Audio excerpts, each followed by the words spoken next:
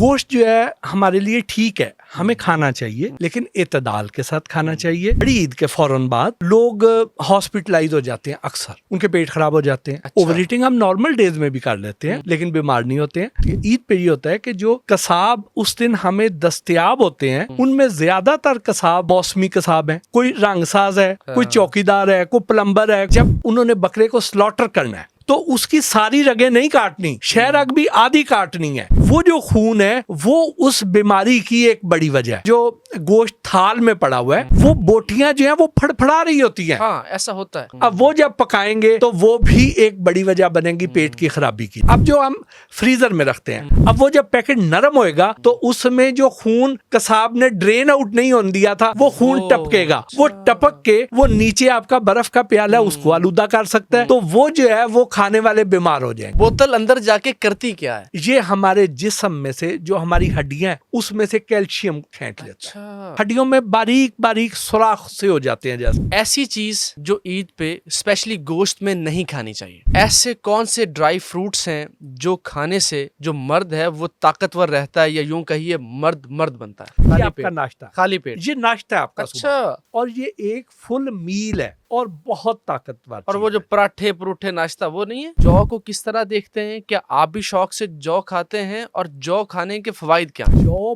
बहुत कमाल चीज है। मैं तो ये कहता हूँ कि जौ खाएं और इसको निकाल दें, गंदम को निकाल दें। जो मौसम है इतनी शदीद गर्मी वाला, इसमें जौ के सत्तू पिए आप। 3 चीजें अपनी जिंदगी में जितनी अपने जिंदगी में कम से कम कर सकते हैं वो कर दे। नंबर 1 गंदम, नंबर 2 चावल, नंबर 3 चीनी। मोटापे के नुकसानात क्या हैं और मोटापा खत्म करने का ऐसा नुस्खा जो फौरी आपको स्मार्ट कर दे? ये आपको बताया ना, जैसे जौ है वो इस मौसम में आएंगे, उसके आप सत्तू पिए वो इस मौसम का तोड़ है। आलू बुखारा है वो इस मौसम का तोड़ है। खरबूजा, जितने गुर्दे के मरीज हैं, जो पथरी जिनको है, जिनका यूरिनरी ट्रैक का जिनको इशू है, वो खरबूजा खाएं जितना ज्यादा, बल्कि बीजों समेत खाएं। लाल तरबूज को काटे बगैर भी तो आपको पता चल सकता है कि वो लाल है या कैसे? नहीं। अगर आप एंकर ना होते तो क्या होते? मैं तो हादसाती साफी हूँ।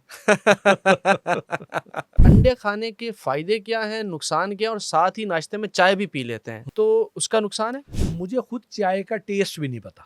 आप चाय नहीं पीते? मैंने जिंदगी में कभी नहीं पी चाय। खाने के फौरन बाद ना पिए, थोड़ा गैप दे दें। खालिस दूध की पहचान क्या है? और दूध को देखते ही कैसे पता चलाया जाए कि इसमें पाउडर है, इसमें मिक्सिंग है, इसमें पानी मिलाया हुआ? नर छुआरा क्या होता है? सफेद मूसली क्या होती है? ये खाने से क्या होता है? यार सफेद मूसली बहुत अच्छी चीज है। हर किस्म की जो ताकत है उसके लिए ये बहुत फायदेमंद चीज है। ये जो फौरी असर वाली चीजें हैं ना, ये ज्यादातर एलोपैथिक में होती हैं, ये स्टीरॉइड्स में होती है। ऐसी कोई भी चीज जो मसनूई तरीके से आपको ऐसी कोई ताकत दे रही है तो वो आपकी दोस्त नहीं, आपकी दुश्मन है।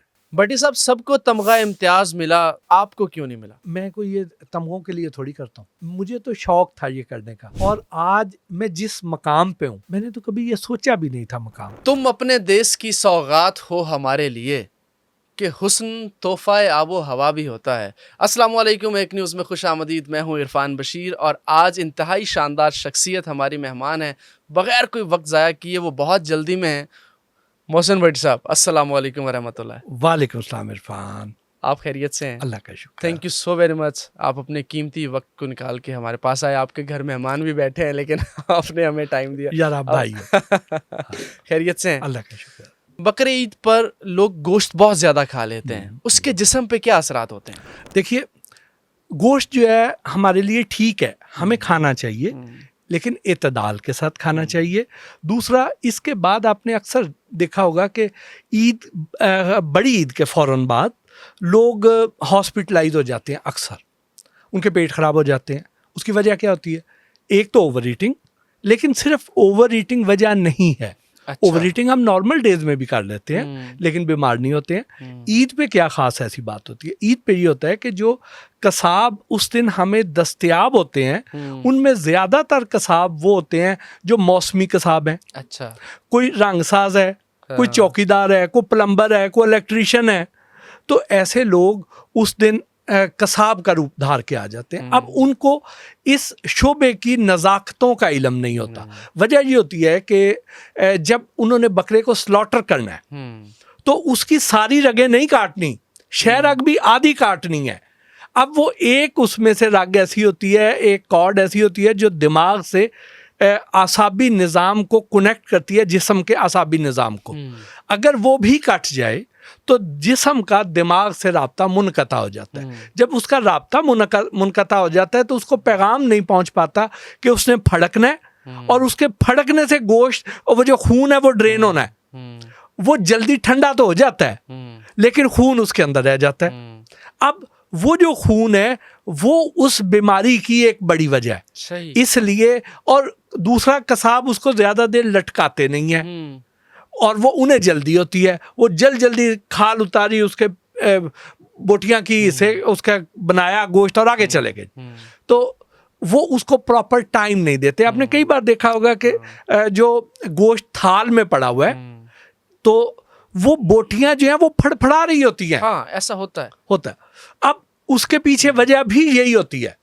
तो आप बराए मेहरबानी एक तो उन मौसमी कसाब की बजाय प्रोफेशनल कसाब का इंतखाब करें। फिर तीसरी वजह ये हो जाती है कि जितनी शदीद गर्मी है आजकल, इस गर्मी में ये गोश्त बड़ी जल्दी इसमें बैक्टीरियल ग्रोथ शुरू हो जाती है। वो जो बैक्टीरियल ग्रोथ है वो इस वजह से होती है कि ज़्यादा देर रूम टेम्परेचर पड़ा रह गया, और ये गोश्त वो वाला जो आपने मसाकीन को देना है। ये वो लोग हैं कि जिनको बाकी साल में गोश्त उस तरह नसीब नहीं होता, वो उस तरह लेने की सकत नहीं रखते, ज़्यादा बेहतर अल्फाज है। तो उनके घरों में मुख्तलिफ जगहों से गोश्त आया हुआ है। अब वो वहाँ पे उन्होंने उसका टेम्परेचर का ख्याल नहीं रखा, उसको थर्मल शॉक लग गया, उसके अंदर बैक्टीरिया ग्रो कर गया। अब वो जब पकाएंगे तो वो भी एक बड़ी वजह बनेगी पेट की खराबी की। अच्छा, फ्रिज में, फ्रीज़र में हफ्तों के लिए रख दिया जाता है कि ये महीने खाएंगे सुकून से, उसमें बीमारियां होती हैं। अच्छा, अब जो हम फ्रीज़र में रखते हैं, सबसे पहले तो आपने ये करना है कि आपने ये देखना है कि आपका नॉर्मल डेज में आप घर में कितना गोश्त एक टाइम पे पकाते हैं। सपोज आप आधा किलो पकाते हैं या 1 किलो पकाते हैं, तो आपने जो पैकेट बना के फ्रीजर में रखने हैं तो वो आपने अपने उस पोर्शन साइज के मुताबिक बना के रखने हैं। सही है। एक चीज। दूसरी एहतियात ये करनी है कि जो पैकेट होंगे इनको फ्रीजर के नीचे वाले खाने में रखना है। अच्छा। ऊपर वाले खाने में कभी नहीं रखना। उसकी वजह ये होती है कि जब आपने ऊपर वाले खाने में रखा, आपने कई बार कोई गर्म चीज फ्रीजर में रख दी, उसने सारी ठंडक चूस ली, या लाइट ज्यादा देर के लिए चली गई, या फ्रीजर का दरवाजा बार बार खुल रहा है, तो उसके अंदर जो पड़ा हुआ गोश्त है उसका पैकेट नरम हो जाएगा। अब वो जब पैकेट नरम होएगा तो उसमें जो खून कसाब ने ड्रेन आउट नहीं होने दिया था वो खून टपकेगा। वो टपक के वो नीचे आपका बर्फ का प्याला है उसको आलूदा कर सकता है, वो आपने कोई डेजर्ट रखी हुई है, कोई आइसक्रीम रखी हुई है, वो उसको कंटेमिनेट करेगा, तो वो जो है वो खाने वाले बीमार हो जाएंगे। तो इसलिए इसको हमेशा वहां पे रखा जाता है। फिर अगली बार ये है कि जो कुर्बानी का गोश्त है, जो आपके हिस्से का, जो आपने देना वो तो दे दिया, जो आपके हिस्से का है उसको आपने जब फ्रीजर में रखना है तो कोशिश करनी कि जल्द से जल्द उसको कंज्यूम कर लें, क्योंकि जितना ज्यादा अरसा वो फ्रीज रहेगा उतना उसमें वो लज्जत खत्म हो जाएगी, उतना उसमें रसीलापन खत्म हो जाएगा, उतना वो ड्राइनेस उसमें आ जाएगी, वो एक गोश्त की शक्ल तो रह जाएगी, उसमें वो अफादियत और लज्जत नहीं रह जाती है। फिर ये होता है कि आपने उसके टेम्परेचर को मेंटेन करना है। अगर तो वो पैकेट उधर फ्रीजर में पड़ा हुआ है और वो पत्थर की तरह सख्त है तो इसका मतलब ये है कि वो सही टेम्परेचर पे है। अच्छा। लेकिन अगर वो नरम पड़ गया है तो फौरी तौर पे उसको निकालें और कंज्यूम कर लें, क्योंकि उसमें बैक्टीरियल ग्रोथ शुरू हो गई है। अगर वो नरम हो के पूरा नरम हो के दोबारा फिर फ्रीज हुआ है तो अब वो अपने अंदर बीमारियां समोए हुए हैं। सही सही सही। अच्छा, एक और चीज, ईद का गोश्त होता है, साथ कोल्ड ड्रिंक पीते हैं, वो जिस्म के अंदर बन के आ जाता है पेट के अंदर, मतलब वो ठीक होता है बोतल पीना? अच्छा देखिए, मैं ज़ाती तौर पे मैं तो कोल्ड ड्रिंक्स, ये जो कार्बोनेटेड ड्रिंक्स हैं, मैं इनको पसंद नहीं करता। अच्छा। मुझे बड़ा अरसा हो गया मैंने नहीं पी, तो कहीं को मजबूरी बन जाए, कहीं पीनी पड़ जाए तो अलग बात है, अदरवाइज मेरी कोशिश होती है कि ये ना पी जाए। हमारे घर में कोल्ड ड्रिंक्स नहीं आती हैं। अच्छा। और मेरा छोटा बेटा है वो थोड़ी वायलेशन कर लेता है, अदरवाइज बाकी हम सारे जो है ना पाबंदी करते हैं कि नहीं करते। तो ये जो है मैं तो उसके हक में नहीं हूँ, लेकिन लोगों का क्या मसला होता है, लोग कहते हैं कि चूंकि उन्होंने खाना ज्यादा खा लिया होता है, अब ये जब पिएंगे ना, इसमें कार्बोनेटेड ड्रिंक है, जी। इसने पीना है तो उन्हें डकार आने हैं 2-3 खुले। हाँ। अब वो जो 2-4 बड़े बड़े डकार आएंगे ना, तो उन्हें ये लगेगा कि सानू इन्हें हल्का फुल्का कर दिया, हाँ, हजम हो गया। हजम हो गया। ठीक, हालांकि वो इस तरह हजम नहीं होता, हाँ। हजम उसने अपने टाइम पे ही होना है। अच्छा। उनको थोड़ा सा जरा अंदर से जो गैस है ना, हाँ। वो बाहर निकल आएगी तो वो पेट थोड़ा हल्का हो जाएगा, जो उन्होंने तुन के भर लिया था। हाँ। बोतल अंदर जाके करती क्या है? हाँ, अब जो बोतल है, मैं जिस वजह से इसके खिलाफ हूँ, ये बेसिकली कार्बोनिक एसिड होता है। अब ये जो कार्बोनिक एसिड है, ये हमारे जिस्म में से, जो हमारी हड्डियां हैं, उसमें से कैल्शियम खींच लेता है। अच्छा। जो लोग बहुत ज्यादा पीते हैं, हाँ। उनका ये होता है कि उनकी हड्डियां जो हैं कमजोर हो जाती हैं, ये कैल्शियम चूस लेता है। अच्छा। ये जब कैल्शियम कंज्यूम कर लेगा तो वो कैल्शियम इसने हड्डियों में से लेना है। जब जिस्म में उस तरह नहीं रह गया तो ये हड्डियों में से भी चूस लेगा। हड्डियों में बारीक बारीक सुराख से हो जाते हैं जैसे। अच्छा जी। और उसकी वजह से आप ये देखें कि जो बच्चे ज्यादा कोल्ड ड्रिंक पीते हैं, उनके दांत गल जाते हैं। हाँ। उनकी वो जरा सा भी साइकिल खेलते हुए, फुटबॉल खेलते हुए, गेम खेलते हुए हल्का सा वो गिरते हैं तो फ्रैक्चर हो जाता है। तो उसके पीछे बड़ी वजह ये है, सांस चढ़ जाती है। हाँ, नहीं, सांस चढ़ने का नहीं, अच्छा। इसके साथ ये कैल्शियम को कंज्यूम कर जाती है जी। और फिर इसमें शुगर की मिकदार बहुत ज्यादा होती है। तो ये जो है, आप देखें कि उसमें आपने पढ़ा होगा, आप उसके इंग्रेडिएंट्स को पढ़े, उसमें देखें कि कितने परसेंट चीनी है। अगर तो उसमें 10% है, तो अगर 500 ग्राम की बोतल है, हाँ जी। तो इसका मतलब यह है कि उसमें 50 ग्राम चीनी है। आराम से। ठीक है जी। 50 ग्राम चीनी का मतलब ये है कि उसमें कोई 5 ग्राम का अगर स्पून हो, उसमें चीनी आती हो, तो 10 चम्मच चीनी का डाले हुए हैं जी। एक बोतल में 10 चम्मच चीनी। अच्छा, आप खाने पीने के बहुत शौकीन हैं, बारबेक्यू बड़ा पसंद करते हैं। आप ईद पे बारबेक्यू की एक प्लेट सजाएं, उसमें क्या क्या डालेंगे? अच्छा, देखिए मेरे साथ क्या होता है, एक तो ईद मैंने गांव में करनी होती है, घर पे मैं घर पे बारबेक्यू नहीं करवाता हूँ। अच्छा। ठीक है, उसकी वजह, घर पे हमारे जो खाना बनता है ना, क्योंकि अम्मी ने जो चीज़ बनानी है ना, हम वो अम्मी के खानों को मिस कर रहे होते हैं। ठीक, मैं लाहौर में रहता हूँ, वो बिहाड़ी में रहते हैं, तो मैंने जब वहाँ पे जाना है ना, तो मेरी कोशिश होती है कि मैं अम्मी की जो खाने हैं ना, मैं वो वाले खाने खाऊं, पुरानी रेसिपी, मैं अम्मी से वो खाने बनवाता हूँ। अच्छा। ठीक, मिसाल के तौर पे खड़े मसाले का गोश्त अम्मी बनाती हैं, बहुत शानदार। अच्छा। ठीक है, अब वो खड़े मसाले का गोश्त क्या है कि वो बोनलेस मटन लेती हैं, और उसके क्यूब्स करेंगी। सही है। और उसमें सारे मसाले उन्होंने सालम डालने हैं। अच्छा जी। और वो बनता है, और वो इतना शानदार बनता है। ठीक है, फिर वो इसी मटन का ही वो मुठियां बनाती हैं, जैसे कोफ्ते होते हैं गोल, वो इसकी मुठियां बनाती हैं। लेकिन वो उसके अंदर ऐसे मसाले डालती हैं, वो मुठियां वो ग्रेवी के साथ, और वो तंदूर की गरम गरम रोटी जब आती है ना, जो स्वाद देती है, वो अल्टीमेट होता है। इसी तरह मेरी जो बड़ी बहन है, वो बीफ की बिरयानी बनाती है। अच्छा। बोनलेस बीफ की बिरयानी, और उन्होंने बाजारी मसाला नहीं डालना है, और उसमें उन्होंने इमली, आलू बुखारा ये डाल के उन्होंने उसकी ग्रेवी तैयार करनी है। और वो इतनी शानदार ग्रेवी होती है कि उसमें जब वो तयदार बिरयानी होती है, उसमें एक तय में वो गोश्त की लेयर लगाती हैं, एक में वो उबले हुए अंडे उनके स्लाइस करके उसकी लेयर लगाती हैं, फिर एक चावलों की लेयर होती है। ऐसे उसकी वो जब लेयर लगती हैं, वो जो बिरयानी है ना, वो हम मिस कर रहे होते हैं, तो वो हमारे खाने में वो जरूर शामिल होती है। तो ये हमने ना ऐसे मुख्तलिफ डिशेज है जो मार्क की हुई है, जो हमने वहां पे खानी हमारे घरों की खवातीन बिरयानी बनाएं और उसमें बाजारी मसाले ना हो, ये मुमकिन कैसे है? देख लें, वो ये अब मेरी बड़ी बहन जो है, उन्होंने तो ये बचपन में ही, अच्छा। जब वो भी उनकी शादी भी नहीं हुई थी, स्टूडेंट लाइफ में, तो हमें उस वक्त खिलाती थी। अच्छा। उन्होंने किसी मैगजीन से, रिसाले से, मेरा ख्याल कौकब खाजा का या किसका, अच्छा। उन्होंने कोई रेसिपी पढ़ी थी, तो वहां से उन्होंने वो रेसिपी पिक की है। अच्छा। और वो आज सिग्नेचर डिश है उनकी। अच्छा जी। वो हो नहीं सकता कि हम बाजी से मिलें और वो बाजी के हाथ की बिरयानी ना खाएं। वो आई होती है ईद पे, और हमारी फरमाइश होती है कि वो बनाएंगी। सही। कट्टे का गोश्त खाना चाहिए या नहीं खाना चाहिए, और क्या इसकी कुर्बानी जायज़ है या नहीं जायज़? नहीं, क्यों नहीं जायज़?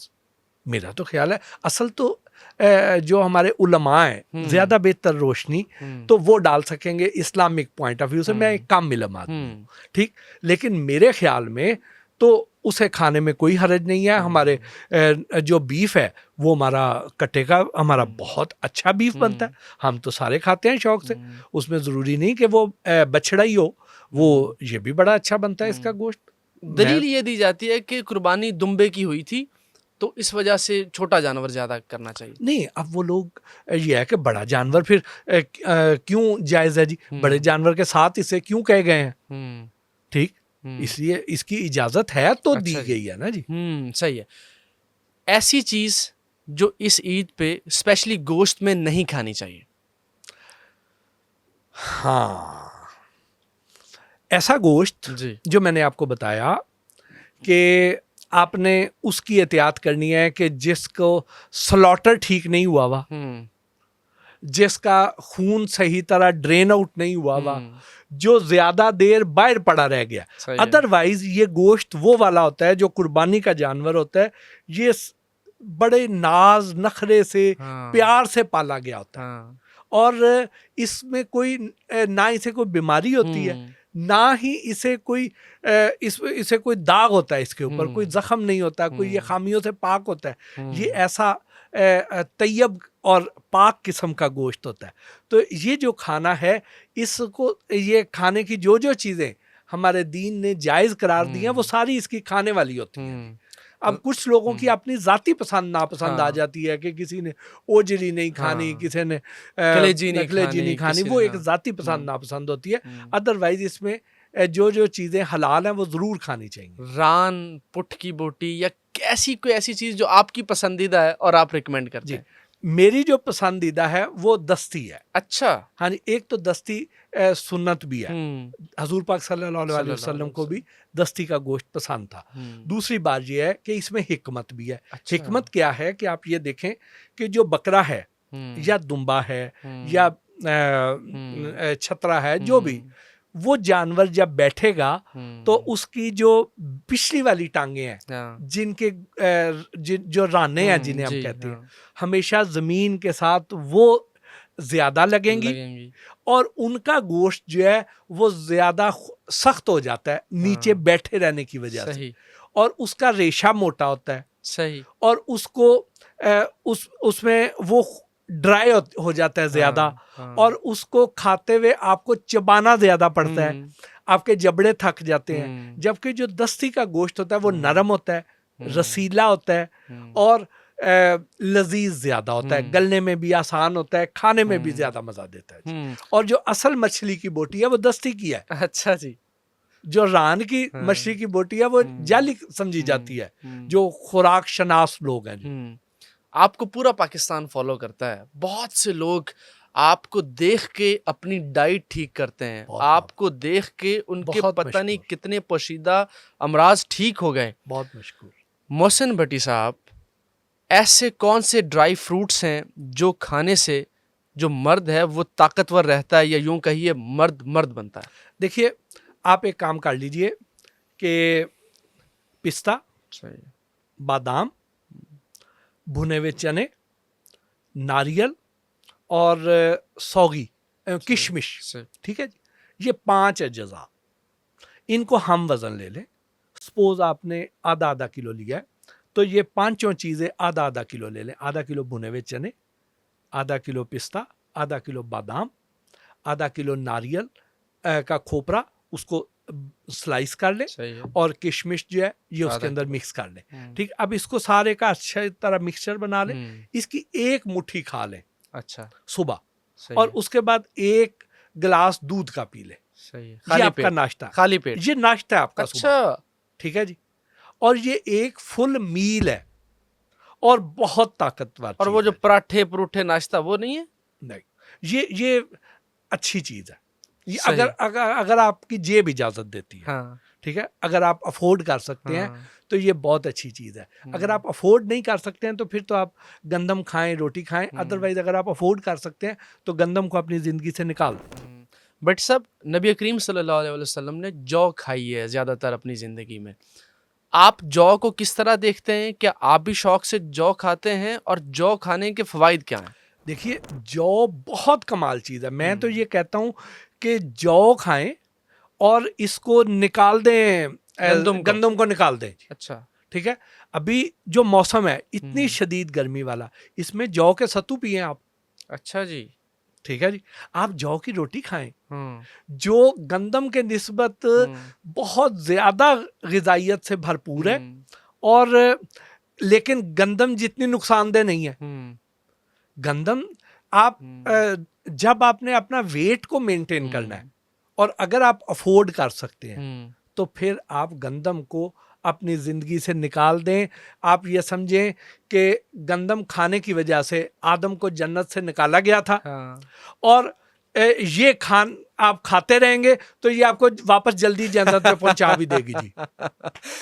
जो लोग चावल बहुत ज़्यादा खाते हैं उनको क्या नुकसानात हैं या किन नुकसानात का सामना हो सकता है? देखिए, इसमें स्टार्च ज़्यादा है, तो इसलिए चावल कोशिश करें 3 चीज़ें अपनी ज़िंदगी में जितनी अपने ज़िंदगी में कम से कम कर सकते हैं वो कर दें। अच्छा जी। नंबर 1 गंदम, सही है। नंबर 2 चावल, सही है। नंबर 3 चीनी।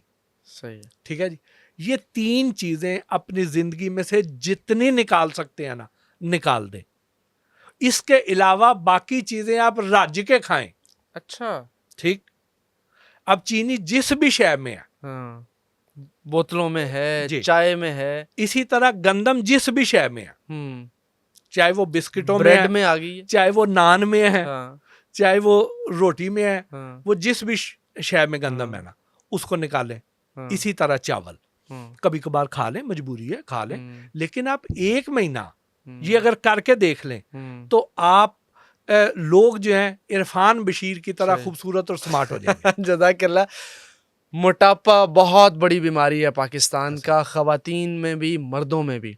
जो मर्द मोटे हैं, मोटापे के नुकसानात क्या हैं और मोटापा ख़त्म करने का ऐसा नुस्खा जो फौरी आपको स्मार्ट कर दे। ये आपको बताया ना, सही। आप इसको आजमा के देखें, ये आपको सेफली रिड्यूस करेगा। अच्छा। यानी आपने लोग ये पूछते हैं कि अगर हमने गंदम छोड़ दी तो हम खाएंगे क्या? हाँ। ठीक, अब मिसाल के तौर पे मैं अगर अपनी मिसाल दूं, मैंने दिन में 1 टाइम पे खाना खाना होता है। सही है। मैं क्योंकि मेरी रूटीन ऐसी है, असूलन तो मुझे रात का खाना छोड़ के मुझे दोपहर का या सुबह का ले लेना चाहिए, लेकिन मेरी रूटीन ऐसी कि मैंने सुबह फजर पढ़ के सोना होता है। सही है। ठीक, मेरा काम की नौयत ऐसी है। तो मैं रात को 1 खाना खाता हूँ। अच्छा। मैंने सुबह आजकल जो है मेरा तरबूज चल रहा है। अच्छा। ठीक है जी, इससे पहले मेरा नाश्ते में पपीता चल रहा था। ठीक, उससे पहले मेरा नाश्ते में सेब चल रहा था। सही। तो ये ऐसे मेरा सीजन वाइज चेंज होएगा। अभी आगे खुबानी देसी आ जाएगी बड़ी अच्छी। हाँ। ठीक है, फिर उसके बाद आड़ू आ जाएंगे बड़े अच्छे स्वाद के, जो बड़ा अच्छा आड़ू। लाल। ठीक है, उसके बाद आ जाएगा आड़ू खत्म होंगे तो फिर सेब फ्रेश आ जाएंगे। अभी तो स्टोर के थे ना, तो वो फ्रेश आ जाएंगे। वो खत्म होंगे तो फिर पपीता आ जाएगा। तो मेरे सारे साल का नाश्ते का कैलेंडर ये है। सही। ठीक, और बीच में मैं कुछ अरसा ऐसे करता हूँ कि मैंने जो ये आपको बादाम वाला और पिस्ते वाला नुस्खा किया है, मैं सर्दियों में ये कर लेता हूँ कि मैं इसका नाश्ता कर लूँगा। ठीक, और मैं फल जो है मैं सिट्रस पे जब जाऊँगा ना तो मैं इसको नाश्ते में ये ले आऊँगा। फिर मैं दोपहर में सिट्रस ले लूँगा और रात को मैं 1 खाना खा लूँगा। और उसमें कोशिश होगी कि मैं देसी फूड लवर हूँ। अच्छा। मैं ग्रिल्ड पे चल जाऊँ, बारबेक्यू पे चल जाऊँ, मैं स्टेक्स पे चल जाऊँ, लेकिन मैं उस पे चल जाऊँगा। तो मैं उन चीज़ों पे चल जाऊँगा। मैं बीच में मैं दालों का सूप बहुत पसंद करता हूँ। मूली गिटानी सूप बहुत शानदार है। ठीक, काले चनों की चाट बहुत शानदार होती है, बहुत फ़ायदेमंद है। लाल लोबिये की चाट बहुत शानदार है। रेड बीन्स जो है वो खाई जा सकती है। मैं जो सैलड्स हैं उनकी भी मैंने अपने कुक को मैंने मुख्तलिफ वैरायटी मैंने मुख्तलिफ रेस्टोरेंट से उसको तरबियत दिलवा के, तो वो मेरे लिए बड़े अच्छे सैलड बना देगा।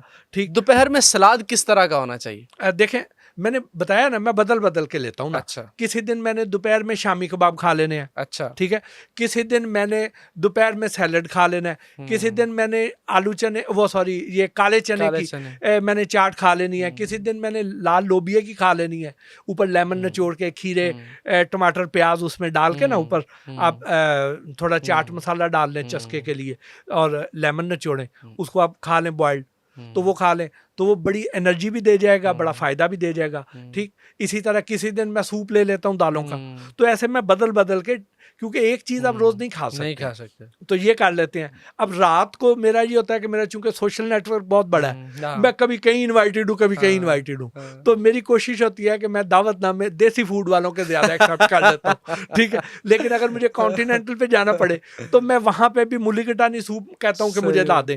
ठीक, मैं उसमें कहूंगा कि मुझे अपना ग्रिल्ड फिश ला दें, ठीक है, या मुझे स्टेक्स ला दें, तो मैं उस पे कोशिश करूंगा मैं चला जाऊं।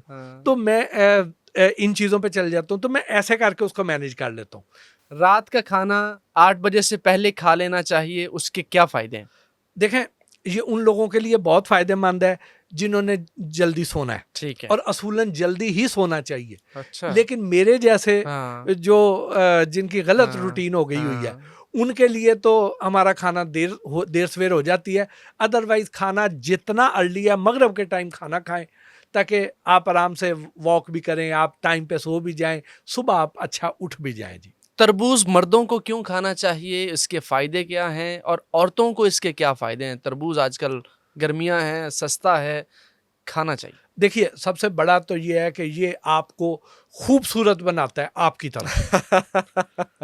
इसके लिशकारे आते हैं आपकी तरह। सही है, मैं बहुत खाता हूँ। हाँ, और ये बहुत फायदेमंद चीज है, अच्छा, बहुत फायदेमंद चीज है। डायबिटिक के जो पेशेंट हैं उनको जरा एतदाल में खाना चाहिए, बाकी लोग जो है वो इसको जरा खा सकते हैं, और ये आपको फुलफिलनेस का एहसास भी देगा, आपका पेट भी भरा भरा रहेगा, आपके गुर्दों को भी वॉश करेगा, आपके जो यूरिन की रंगत है उसको तब्दील कर देगा, आपकी गर्मी अंदर की दूर कर देगा, आपको सारा दिन हाइड्रेट रखेगा।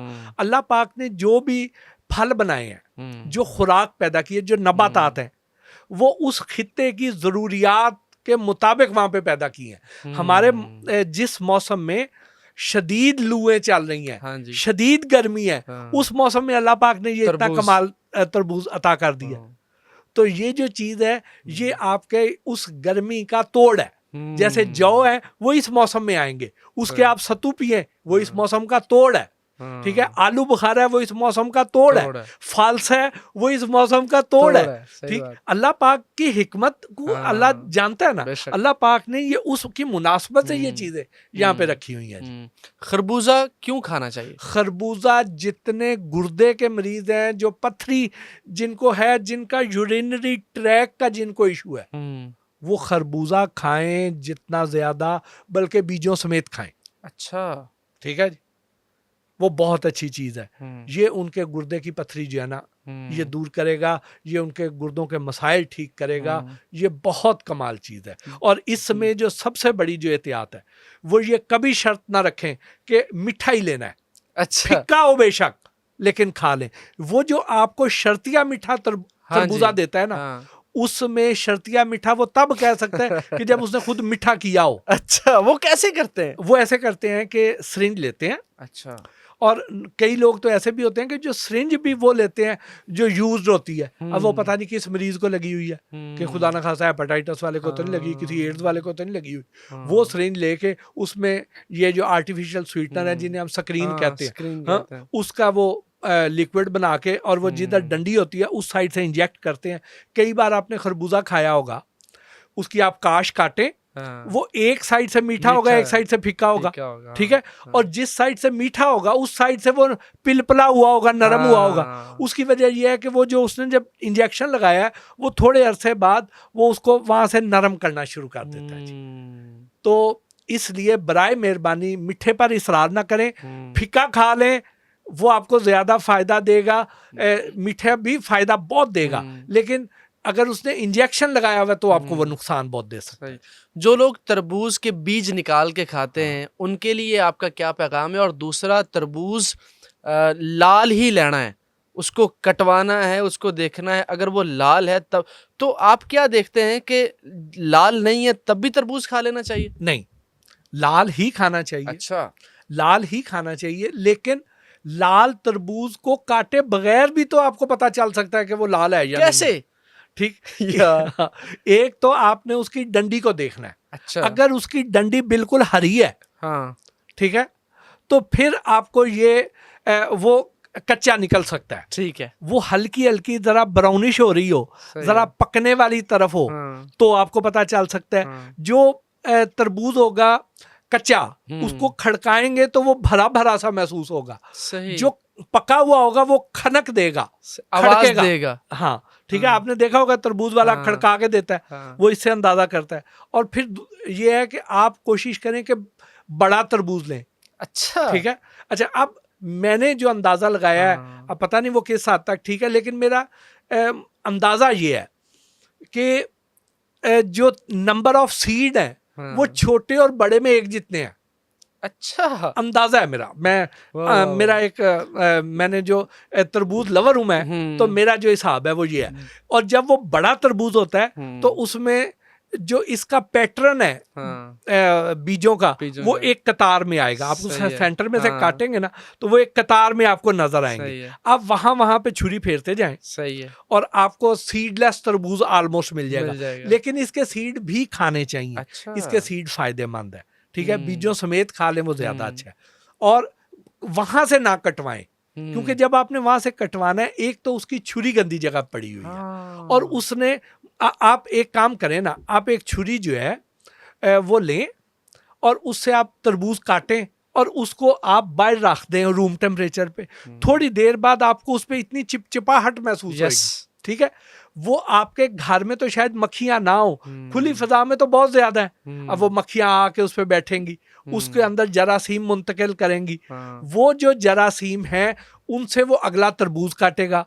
और सही। वो बाकी खाने को तो शायद आप गर्म करें तो कुछ जरासीम मर जाए, हाँ, तरबूज को तो आपने गर्म भी नहीं करना, यस, तो वो उन जरासीम समेत आपने खाना है। हाँ, और वो जो तरबूज है उसको आपको फौरी कंज्यूम करना पड़ेगा। जब वो कटेगा तो वो तेजी से गलना शुरू होएगा।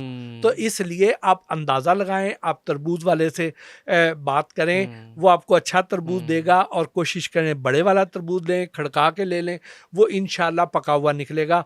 लेकिन अगर आपने कटवा के ही लेना है तो फिर छुरी अपनी ले जाए। छुरी अपनी ले जाएं। सही। मोहसिन भट्टी साहब, anchor, food specialist, food nutritionist, अगर आप एंकर ना होते तो क्या होते? मैं तो एडवर्टाइजिंग एजेंसी चला रहा था, ठीक है। अच्छा, मेरी तो एक पैकेजिंग कंपनी थी, हाँ। मैं तो ये काम कर रहा था। मैं तो हादसाती साफी हूँ। सही। आपको शेफ बनने का शौक है? बिल्कुल नहीं, मुझे तो कुकिंग आती ही नहीं। मुझे खाना आता है, पकाना नहीं आता और बताना आता है कि ये चीज? जी। कभी कुछ नहीं बनाया आपने अपने हाथ से? यार मैंने जिंदगी में एक बार चावल उबालने की कोशिश की थी, अच्छा, तो मेरे से तो वो हलवा बन गए थे, मुझे फेंकने पड़े थे। अच्छा, ठीक है जी।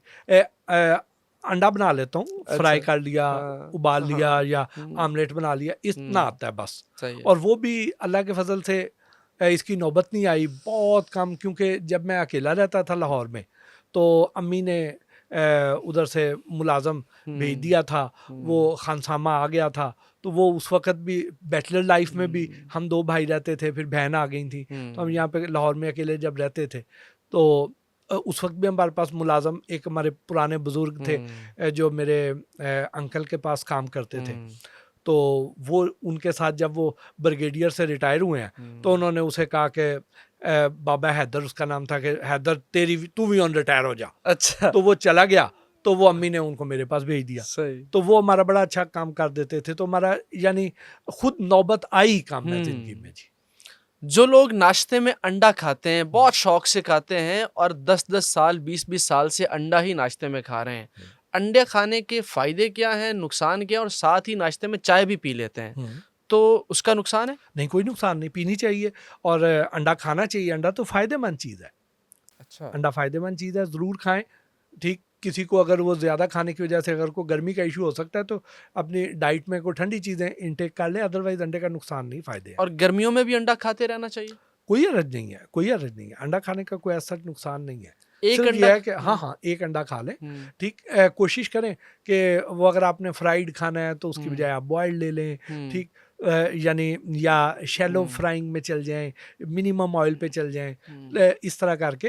तो जो लोग इसको शौक से खाते हैं, ये ग़िज़ाइयत तो देता है, अच्छा नाश्ता करवा देता है, लेकिन जो लोग डाइट कॉन्शियस हैं, वो पराठों से और रोटी से, इससे जरा गुरेज कर लें, बाकी ये तो फायदेमंद चीज है। जो लोग दिन में 3 दफा या 4 दफा चाय पीते हैं, उसके जिस्म पे क्या असरात होते हैं, और क्या चाय पीनी चाहिए या नहीं पीनी चाहिए? अच्छा, मुझे खुद चाय का टेस्ट भी नहीं पता। आप चाय नहीं पीते? मैंने जिंदगी में कभी नहीं पी चाय, ना मैंने करें एक बेटा। सिप तक नहीं लिया चाय का जिंदगी में कभी, ठीक। लेकिन उसके पीछे कोई ये फिलॉसफी नहीं है कि चाय को नुकसानदेह चीज है, इसलिए ये मैंने इस वजह से कभी, मैं तो जब बचपन में मैं देहाती आदमी हूँ, मैं तो दूध पीता हूँ। मैं आज भी अल्लाह के फजल से मेरे सामने आप एक जग दूध का रख दे, मैं पी जाऊंगा ठीक है जी। मैं तो वो आदमी हूँ कि जो खुद जाके भैंस के नीचे बैठ के मैं 2 थन पूरे पी जाता था, ठीक है, स्टूडेंट लाइफ में। तो मैंने तो वो कच्चा दूध भी वो बड़ा बड़ा पिया हुआ है। तो मैं दूध लवर हूँ। चाय मुझे कभी शौक ही नहीं पैदा हुआ, ना मुझे पेरेंट्स ने इधर कहा, ना मेरा खुद पीने को दिल किया। मैं और मेरा छोटा भाई, हम दोनों ने जिंदगी में कभी चाय नहीं पी। मैं कॉफी भी नहीं पीता, ठीक। मैं ग्रीन टी पी लेता हूँ। तो और मेरी जो बेगम है वो बहुत ज्यादा चाय पीती हैं। तो इसलिए हर चीज होनी तो इत्तेदाल में चाहिए। लेकिन मेरा ख्याल है 3-4 कप पीने से कोई नुकसान नहीं होता। हाँ, ये है कि खाने के फौरन बाद ना पिए, थोड़ा गैप दे दें, ठीक। खालिस दूध की पहचान क्या है, और दूध को देखते ही कैसे पता चलाया जाए कि इसमें पाउडर है, इसमें मिक्सिंग है, इसमें पानी मिलाया हुआ है? अच्छा देखिए, ये बड़ा आसान है। आप अगर तो जो आपके घर में दूध आ रहा है, अगर तो वो रूम टेम्परेचर पे पड़ा हुआ है और आपने 2-3 घंटे बाहर पड़ा रह गया, आपने चूल्हे पे रखा है, उबालने लगे हैं, दूध फट गया, तो इसका मतलब ये है कि वो दूध था अब नहीं है। नहीं, दूध था। अच्छा। और वो उसमें वो जाली दूध नहीं था, असल दूध था। जाली दूध जो है वो उसमें बैक्टीरिया नहीं होता, उसके अंदर ऐसे केमिकल्स डाले होते हैं जो बैक्टीरिया मार देते हैं। अगर तो दूध से दही जम रही है, दूध उबलने पे फट जाता है, तो इसका मतलब यह है कि वो केमिकल वाला नहीं है, वो खालिस था। हाँ, वो खालिस था। पतला हो सकता है कि उसमें पानी डाल दिया होगा, लेकिन वो दूध तो था। वो वाला वो जाली दूध तो नहीं था जिसमें उन्होंने वो मुख्तलिफ तरह के केमिकल डाल के बनाया हुआ, वो नहीं था। पानी का कैसे पता चलाया जाए? वो मतलब आपने तो पानी का पता चलाना कोई ज्यादा मुश्किल काम नहीं है। अच्छा जी। हाँ, आप ये करें कि एक शीशे की या स्टेनलेस स्टील की प्लेट ले लें, सही है, और उसका एक कतरा लें दूध का, और इतना सा उसको तिरछा करें और यहाँ पे डाल दें। सही है। अगर तो वो नखालस होगा, तेजी से नीचे बह जाएगा। सही है। और जो पीछे एक लाइन छोड़ेगा, उसको आप यूं हाथ लगाएंगे तो वो आपको कोई चिपचिपाहट नहीं देगा। अगर खालिस होगा तो थोड़ी देर बाद आप देखेंगे, जब वो खुश्क होने के करीब होगी, तो आप यूं उसे हाथ लगाएंगे, आपकी उंगलियां चिपकेंगी उस पर, और वो उसका कतरा ठहरेगा, बड़ा आहिस्ता आहिस्ता जाएगा, या अगर ज्यादा गाढ़ा होगा तो वो ठहरा ही रहेगा। अच्छा, तो यहाँ से आप उसके पानी का अंदाजा कर। दूध देने आता है, तो अब दूध ले लिया, उस फौरी चेक किया जाए, ये तो बड़ी परेशानी है। पूरा पाकिस्तान दूधियों से दूध लेता है। तो आप ये कर सकते हैं कि जो पंजाब के रहने वाले लोग हैं उससे दूध ले लें। दूध लेके उसमें से को 1 कप दूध किसी प्लास्टिक की बोतल में डाल के या थर्मोस में डाल के, पहले उसे ठंडा होने दें फ्रिज में, फिर किसी थर्मोस में डाल के, तो किसी भी नज़दीकी पंजाब फूड अथॉरिटी का दफ्तर चल जाए। सही है। उन्हें कहें दूध चेक करवाना है, वो आपको फ्री ऑफ कॉस्ट दूध चेक करके आपको रिजल्ट बता देंगे। भट्टी साहब, सबको तमगा इम्तियाज मिला, आपको क्यों नहीं मिला? यार, मैंने कोई ऐसा काम जब करूंगा तो मुझे मिल जाएगा। आपने इतना काम किया सर, आप लोगों की डाइट ठीक करते हैं, फूड के स्पेशलिस्ट हैं, बहुत से लोगों के मसाइल ठीक हो गए आपकी वीडियोस देख के। असल तो हकदार आप हैं। इरफान भाई, मैं कोई ये तमगों के लिए थोड़ी करता हूँ। अच्छा। मुझे तो शौक था ये करने का, और आज मैं जिस मकाम पे हूँ, मैंने तो कभी ये सोचा भी नहीं था मकाम। आज मुझे जितना दुनिया प्यार करती है, जितना मुझे रिस्पेक्ट देती है, मैं तो इस काबिल नहीं था, ठीक। मेरे लिए ये जो लोगों का प्यार है, ये जो दुआएं हैं, ये जो इज्जतें हैं, ये ना ही अरबों रुपए से आती हैं, ना ही ये कोई हमको खरीद सकते हैं, ठीक है, ऐसा तो नहीं है। ये अल्लाह पाक का करम है जिसने आप जैसे दोस्तों के दिल में मेरे लिए इज्जत डाल दी, प्यार डाल दिया। तो मेरे लिए ये तमगे उन तमगों से, उन रुपयों से बहुत ज्यादा कीमती चीजें हैं। मैं इस काबिल नहीं था जितना मुझे अल्लाह ने अता फरमाया है, जितनी मुझे अच्छी जिंदगी अता फरमाई, जितनी मुझे अल्लाह पाक ने आसाइशें अता फरमाई, मैं तो इस काबिल ही नहीं था। आपकी नज़र में तमगे जिनको मिले उनमें से सबसे ज्यादा हकदार कौन था? ये मैंने गौर ही नहीं किया अच्छा जी। कि किसको मिला। मुझे मैंने हदीका कियानी को अभी देखा है, अभी जी। जो मिले हैं, तो मैं तो समझता हूँ कि वो उनका बनता था हक, और वो बड़ा काम किया हुआ उन्होंने। बाकी मुझे अभी याद नहीं कि एग्जैक्ट कौन कौन लोग थे, लेकिन जो लोग भी थे वो मुझसे तो हजार हाँ बेहतर थे। बट साहब आखिरी 3 सवाल, लौंग क्यों खाना चाहिए, कोई ऐसी बात? देखिए, अगर आपके जो स्टमक का इशू है, ठीक, तो भी लौंग बहुत फायदेमंद है। आपको इवन दांत में दर्द है तो भी लौंग फायदेमंद है। तो ये अच्छी चीज है, ये खाना, ये इसका कहवा पीना चाहिए, या अगर आप वैसे भी मुंह में रख के इसको चूसते रहें तो ये आपको फायदा देगी जी। छुआरे की बड़ी तारीफ सुनी जाती है, छुआरे खाने चाहिए, और नर छुआरा क्या होता है जी?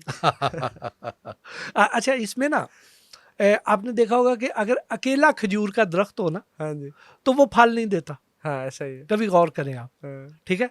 इसमें मेल फीमेल दोनों होते हैं तो अच्छा। फल आएगा, दरख्तों में भी? दरख्तों में भी, हाँ ठीक है जी। सही। तो इसमें वो होगा, आप किसी भी पंसारी के पास जाएंगे, उसे कहेंगे मुझे नल छुआरा दे, वो आपको नल छुआरा देगा। होता क्या है? हाँ, क्यों ठीक है। खाना चाहिए? ये आपको एनर्जी अच्छी दे देता है, और बहुत सारे लोग जो है इसका मैंने 1-2 टिप्स बताई हुई हैं, सही तो वो वहाँ पे उसको कंसल्ट कर लें। एक और सवाल हमारे एक बहुत ही जानने वाले ने, जिनको पता चला कि आप चैनल में तशरीफ ला रहे हैं, उन्होंने कहा है कि आपने ये सवाल भट्टी साहब से लाजमी पूछना है, सफ़ेद मूसली क्या होती है, ये खाने से क्या होता है? यार, सफ़ेद मूसली बहुत अच्छी चीज़ है। ये आप समझें कि हमें ताकत के लिए ना, हर किस्म की जो ताकत है उसके लिए ये बहुत फ़ायदेमंद चीज़ है, बहुत फ़ायदेमंद चीज़ है। ये हो गया, अश्वगंधा हो गया, ये चीज़ें हमारी हेल्थ के लिए अच्छी हैं। ये ऑर्गेनिक चीज़ें हैं, केमिकल फ्री हैं, और हमें अपनी नेचर की तरफ वापस आना चाहिए, और ये चीज़ें इस्तेमाल करनी चाहिए। इसके सारे तरीके मैंने बता दिए हुए हैं।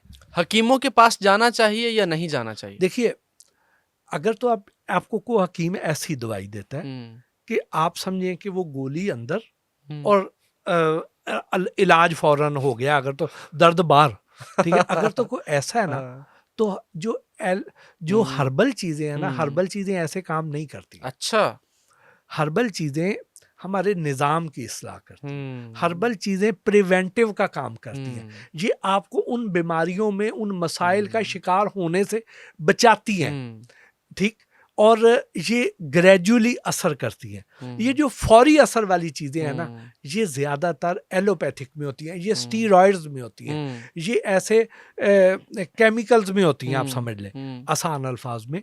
तो इसलिए वो जो चीज़ें हैं ना, मैं उनसे घबराता हूँ, मैं उनको वो वाली पे मैं यकीन नहीं रखता। आखिरी सवाल भट्टी साहब, वो लोग जो ताकत बढ़ाने के लिए मेडिकल स्टोर से दवाएं खरीदते हैं, उनके गुर्दों पे क्या असर पड़ता है? गुर्दे तबाह हो जाते हैं उनके, बहुत सारे लोगों को गुर्दे तबाह हुए हैं, ठीक है।